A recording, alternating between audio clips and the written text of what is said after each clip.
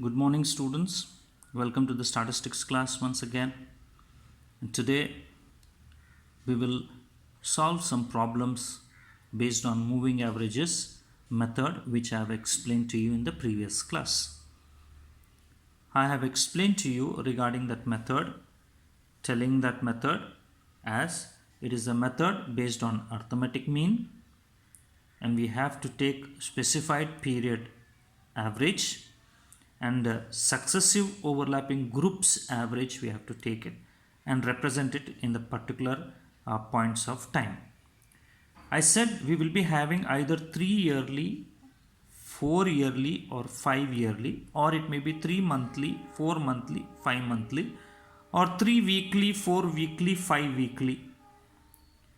Okay, this is the period of averages that we need to take. Either 3 period averages we have to take, or 4 period averages we have to take, or 5 period averages we have to take, according to the question, according to what they ask us to do.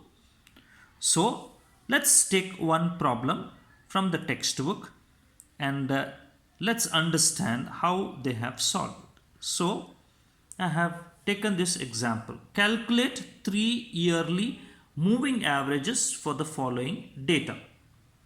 The data is given to us, year and sales. This is all time. Year is all about time, and the sales is the phenomenon, that is sales. So time series data. It's a chronological arrangement of statistical data. Very clearly they said 3 yearly. That means period of averages, that what we have to take is for 3 years. So 3 years averages we have to take it and represent it in a particular time point. Okay, so they have taken this in a column wise. They have represented the data in a column wise. Okay, year and sales, which will be easy for the calculations. Right, for the average, students, for average, what is required for us? Average, I said average is equal to sum of the values, sum divided by total number. Is it right? Number of observations. Correct? So sum. So what we do is, to take the average, first we will take the sum of the values. That is what they have done here in this problem. So they have taken 3 yearly moving totals. Total means sum. Okay, first 3 yearly, 3. We have to take the average of 3 years, right? So for average of 3 years, what is required is the sum of those 3 years is required, and then we divide by 3. So 86, 63, 45. 3 years. 3 years well. That 95, 96, 97. These are the 3 years. The values are 86, 63, 45. The sum of this, or the total of this, is 6 plus 3 is 9, 9 plus 5 is 14. Like that, if we add, they get 194.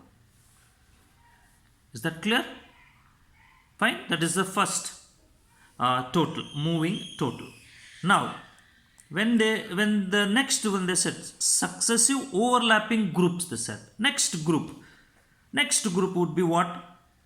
This is the first group. 86, 63, 45 is the first group. The next group would be 63, 45, 58, and they have got the total as 166. Is it right? The next one would be 45, 58, 43. These 3 values. When we add these 3 values, the total would be 146. The next would be 43, 58, 43, 57. 58, 43, 57. So the total would be 158. This is the total. The next would be 43, 57, 98. 43, 57, 98. Right? Average of this, the total of this is 198. We got this as 198. The next would be 57, 98, 100. 57, 98, 100. The total is 255 represented here. The next would be 98, 100, 120. 98, 100, 120. The total is 318. Next is 100, 120, 150. 100, 120, 150. The total is 370. And next, when we want to take 3 observations, there are no 3 observations. Only we get 120, 150. So here we end it. That means the sum will not be there for the first year and the last year. Now this is the sum. Now we need an average, 3 yearly moving average. So average, what we should do? That sum should be divided by the number of observations. How many observations here we have taken? 3 observations. That is 194 divided by 3, you get 65. 166 divided by 3, you get 54. 146 divided by 3, we get 49. 158 divided by 3, we get 53. 198 divided by 3, we get 66. 255 divided by 3, we get 85. 318 divided by 3, we got 106. And 370 divided by 3, we get 122. So the last average we will not get, and the first average we will not get. This is what we call it as the trend. We can call this to be as a trend, or we can call them as 3 yearly moving averages. Based on the values, especially with the last 3 values, if you just see the last 3 values as a steady increase, so we can clearly say it has an increasing trend. This is how we calculate 3 yearly moving averages. I hope you have understood this explanation, students. 3 years, 95, 96, 97. The values are 86, 63 is 45. Add them and write it here. The next 3 years is 96, 97, 98. The values are 63, 45, 58. Add these 3 values, write the total as 166. The next 3 years would be 97, 98, 99. The values would be 45, 58, 43. When you add this total, you get as 146. So likewise, all these totals you get. This total you divided by 3, because we have taken 3 values, divided by 3. It would be 65. These are all the averages. We call them as 3 yearly moving averages or a trend. Based on the values, the last values, we can say the average values are increasing, so it can be an increasing trend. Okay. The same problem, what did they do is they represent it on a graph, students, on a graph. Okay. The original values, the values of the time series data, when we represent it as it is on a graph, I said in the last class, it is called as a histogram. Okay, right. See, for example, see here in this, they have plotted on x-axis they have taken the years, on the y-axis they have taken those values. X-axis they have taken the years, on y-axis they have taken the sales. So for 95, they have plotted these values. They have plotted the time series data. For 95, it is 86. For 95, they have plotted as 86. Then for 96, it is 63. For 97, it is 45. For 98, it is 58. For 99, it is 43. For 2000, it is 57. 2001, it is 98. 2002 it is 100, 2003 it is 120, 2004 it is 150. All this they have plotted with a straight line. You can see the black color line. This is what we call it as histogram.